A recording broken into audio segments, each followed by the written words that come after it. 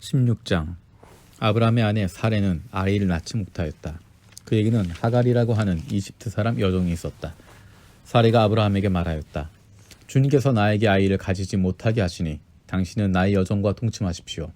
하갈의 몸을 빌려서 집안의 대를 이어갈 수 있기를 바랍니다. 아브라함은 사레의 말을 따랐다. 아브라함의 아내 사레가 자기의 여종 이집트 사람 하갈을 데려다가 자기 남편 아브라함에게 아내로 준 때는 아브라함이 가나안 땅에서 살아온 지 10년이 지난 뒤이다. 아브라함이 하갈과 동침하니 하갈이 임신하였다. 하갈은 자기가 임신한 것을 알고서 자기의 여주인을 깔보았다. 사레가 아브라함에게 말하였다. 내가 받는 이 고통은 당신이 책임져야 합니다. 나의 종을 당신 품에 안겨주었더니 그 종이 자기가 임신한 것을 알고서 나를 멸시합니다. 주님께서 당신과 나 사이를 판단하여 주시면 좋겠습니다. 아브라함이 사레에게 말하였다. 여보, 당신의 종이니 당신 마음대로 할 수 있지 않소? 당신이 좋을 대로 그에게 하기를 바라오. 사레가 하갈을 학대하니 하갈이 사레 앞에서 도망하였다. 주님의 천사가 사막에 있는 샘 곁에서 하갈을 만났다. 그 샘은 수르로 가는 길 옆에 있다. 천사가 물었다. 사레의 종 하갈아, 내가 어디서 와서 어디로 가는 길이냐? 하갈이 대답하였다. 나의 여주인 사레에게서 도망하여 나오는 길입니다. 주님의 천사가 그에게 말하였다. 너의 여주인에게로 돌아가서 그에게 복종하면서 살아라. 주님의 천사가 그에게 또 일렀다. 내가 너에게 많은 자손을 주겠다. 자손이 셀 수도 없을 만큼 불어나게 하겠다. 주님의 천사가 그에게 또 일렀다. 너는 임신한 몸이다. 아들을 낳게 될 터이니 그의 이름을 이스마엘이라고 하여라. 내가 고통 가운데서 부르짖는 소리를 주님께서 들으셨기 때문이다.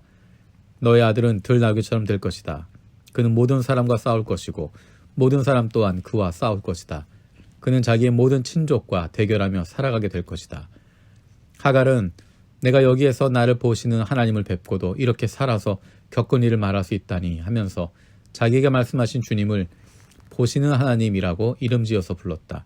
그래서 그 샘 이름도 브엘라 헤로이라고 지어서 부르게 되었다. 그 샘은 지금도 가데스와 베렛 사이에 그대로 있다. 하갈과 아브라함 사이에 아들이 태어나니 아브라함은 하갈이 낳은 그 아들의 이름을 이스마엘이라고 지었다.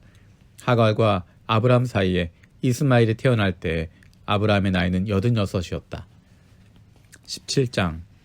아브라함이 나이 99이 되었을 때 주님께서 그에게 나타나셔서 말씀하셨다. 나는 전능한 하나님이다. 나에게 순종하며 흠없이 살아라. 나와 너 사이에 내가 몸소 언약을 세워서 너를 크게 번성하게 하겠다. 아브라함이 얼굴을 땅에 대고 엎드려 있는데 하나님이 그에게 말씀하셨다. 나는 너와 언약을 세우고 약속한다. 너는 여러 민족의 조상이 될 것이다. 내가 너를 여러 민족의 아버지로 만들었으니 이제부터는 너의 이름이 아브람이 아니라 아브라함이다. 내가 너를 크게 번성하게 하겠다. 너에게서 여러 민족이 나오고 너에게서 왕들도 나올 것이다. 내가 너와 세우는 언약은 나와 너 사이에 맺는 것일 뿐 아니라 너희 뒤에 오는 너의 자손과도 대대로 세우는 영원한 언약이다. 이 언약을 따라서 나는 너의 하나님이 될 뿐만 아니라 뒤에 오는 너의 자손의 하나님도 될 것이다. 내가 지금 나그네로 사는 이 가나안 땅을 너와 내 뒤에 오는 자손에게 영원한 소유로 모두 주고 나는 그들의 하나님이 될 것이다. 하나님이 또 아브라함에게 말씀하셨다. 너는 나와 세운 언약을 잘 지켜야 하고 내 뒤에 오는 너의 자손도 대대로 이 언약을 잘 지켜야 한다. 너희 가운데서 남자는 모두 할례를 받아야 한다. 이것은 너와 내 뒤에 오는 너의 자손과 세우는 나의 언약, 곧 너희가 모두 지켜야 할 언약이다. 너희는 포피를 베어서 할례를 받게 하여라. 이것이 나와 너희 사이에 세우는 언약의 표이다. 대대로 너희 가운데서 남자는 모두 난지 8해 만에 할례를 받아야 한다. 너희 집에서 태어난 종들과 너희가 외국인에게서 돈을 주고서 사온 종도 비록 너희의 자손은 아니라 해도 마찬가지로 할례를 받아야 한다. 집에서 태어난 종과 외국인에게 돈을 주고 사온 종도 할례를 받아야 한다. 그렇게 하여야만 나의 언약이 너희 몸에 영원한 언약으로 새겨질 것이다. 할례를 받지 않은 남자 곧 포피를 베지 아니하는 남자는 나의 언약을 깨뜨린 자이니 그는 나의 백성에게서 끊어진다. 하나님이 아브라함에게 또 말씀하셨다. 너의 아내 사레를 이제 사레라고 하지 말고 사라라고 하여라. 내가 그에게 복을 주어 너에게 아들을 낳아주게 하겠다. 내가 너의 아내에게 복을 주어서 여러 민족의 어머니가 되게 하고 백성들을 다스리는 왕들이 그에게서 나오게 하겠다. 아브라함은 얼굴을 땅에 대고 엎드려 웃으면서 혼잣말을 하였다. 나의 100살 된 남자가 아들을 낳는다고? 또 90살이나 되는 사라가 아이를 낳을 수 있을까? 아브라함은 하나님께 아뢰었다. 이스마엘이나 하나님께서 주시는 복을 받으면서 살기를 바랍니다. 하나님이 말씀하셨다. 아니다. 너의 아내 사라가 너에게 아들을 낳아줄 것이다. 아이를 낳거든 이름을 이삭이라고 하여라. 내가 그와 언약을 세울 것이니 그 언약은 그의 뒤에 오는 자손에게도 영원한 언약이 될 것이다. 내가 너의 말을 들었으니 내가 반드시 이스마엘에게 복을 주어서 그가 자식을 많이 낳게 하고 그 자손이 크게 불어나게 할 것이다. 그에게서 12명의 영도자가 나오게 하고 그가 큰 나라를 이루게 하겠다.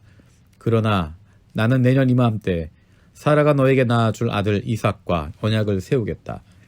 하나님은 아브라함에게 말씀을 다하시고 그를 떠나서 올라가셨다. 바로 그날에 아브라함은 자기 아들 이스마엘과 집에서 태어난 모든 종과 돈을 주어 사온 모든 종, 곧 자기 집안의 모든 남자와 함께 하나님이 말씀하신 대로 포피를 베어서 할례를 받았다.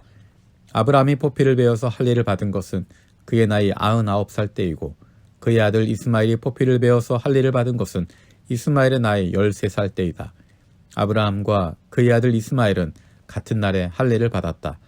집에서 태어난 종과 외국인에게서 돈을 주고 사온 종과 아브라함 집안의 모든 남자가 아브라함과 함께 할례를 받았다.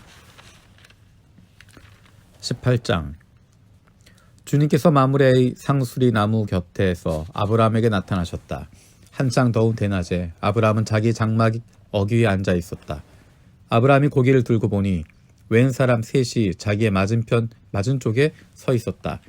그는 그들을 보자 장막 어귀에서 달려나가서 그들을 맞이하며 땅에 엎드려서 절을 하였다. 아브라함이 말하였다. 손님들께서 저를 좋게 보시면 이 종의 곁을 그냥 지나지 마시길 바랍니다. 물을 좀 가져오라고 하셔서 발을 씻으시고 이 나무 아래에서 쉬시길 바랍니다. 손님들께서 잡수실 것을 제가 조금 가져오겠습니다. 이렇게 이 종에게 오셨으니 좀 잡수시고 기분이 상쾌해진 다음에 길을 떠나시기 바랍니다. 그들이 대답하였다. 좋습니다. 전 그렇게 하라고 하시면 사양하지 않겠습니다. 아브라함이 장막 안으로 뛰어들어가서 사라에게 말하였다. 빨리 고운 밀가루 세 스아를 가지고 와서 반죽을 하여 빵을 좀 구우시오. 아브라함이 집짐승 떼가 있는 데로 달려가서 기름진 좋은 송아지 한 마리를 끌어다가 하인에게 주니 하인이 재빨리 그것을 잡아서 요리하였다.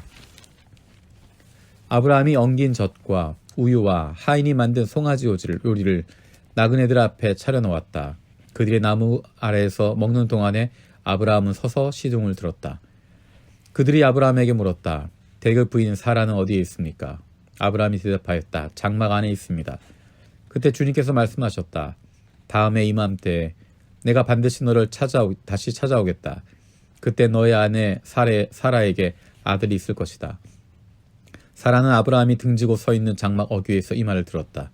아브라함과 사라는 이미 나이가 많은 노인들이고 사라는 월경마저 그쳐서 아이를 낳을 나이가 지난 사람이다. 그러므로 사라는 나는 기적에 다 쇄신하였고 나의 남편도 늙었는데 어찌 나에게 그런 즐거운 일이 있으랴 하고 속으로 웃으면서 중얼거렸다.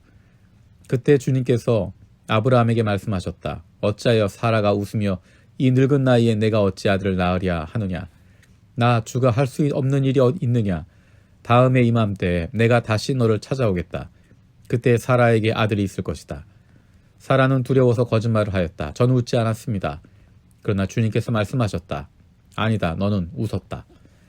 그 사람들이 떠나려고 일어나서 소돔이 내려다 보이는 데로 갔다. 아브라함은 그들을 바래다 주려고 함께 얼마쯤 걸었다. 그때 주님께서 말씀하셨다. 내가 앞으로 하려고 하는 일을 어찌 아브라함에게 숨기랴. 아브라함은 반드시 크고 강한 나라를 이룰 것이며 땅 위에 있는 나라마다 그로 말미암아 복을 받게 될 것이다. 내가 아브라함을 선택한 것은 그가 자식들과 자손을 잘 가르쳐서 나에게 순종하게 하고 옳고 바른 일을 하도록 가르치라는 뜻에서 한 것이다. 그의 자손이 아브라함에게 배운 대로 하면 나는 아브라함에게 약속한 대로 다 이루어 주겠다. 주님께서 또 말씀하셨다.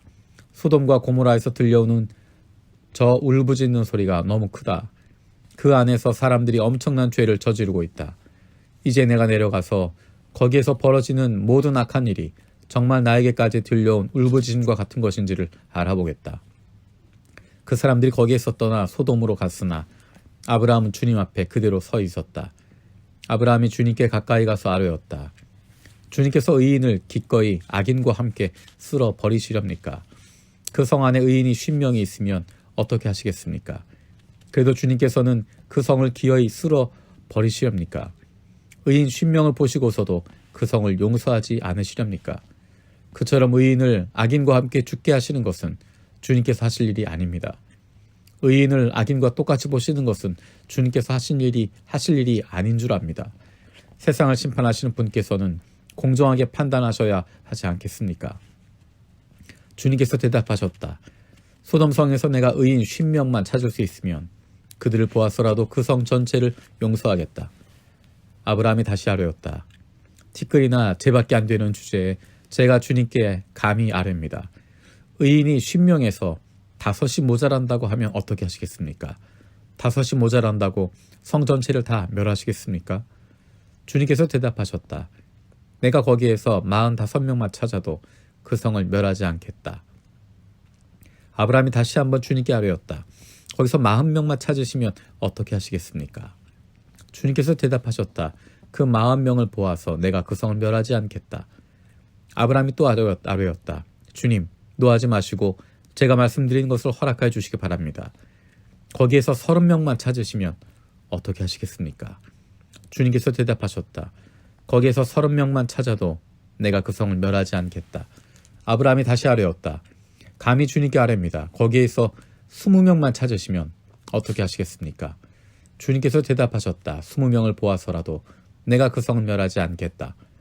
아브라함이 또 아뢰었다. 주님, 노하지 마시고 제가 한 번만 더 말씀드리게 허락하여 주시기 바랍니다. 거기에서 10명만 찾으시면 어떻게 하시겠습니까? 주님께서 대답하셨다. 10명을 보아서라도 내가 그 성을 멸하지 않겠다. 주님께서는 아브라함과 말씀을 마치신 뒤에 곧 가시고 아브라함도 자기가 사는 곳으로 돌아갔다.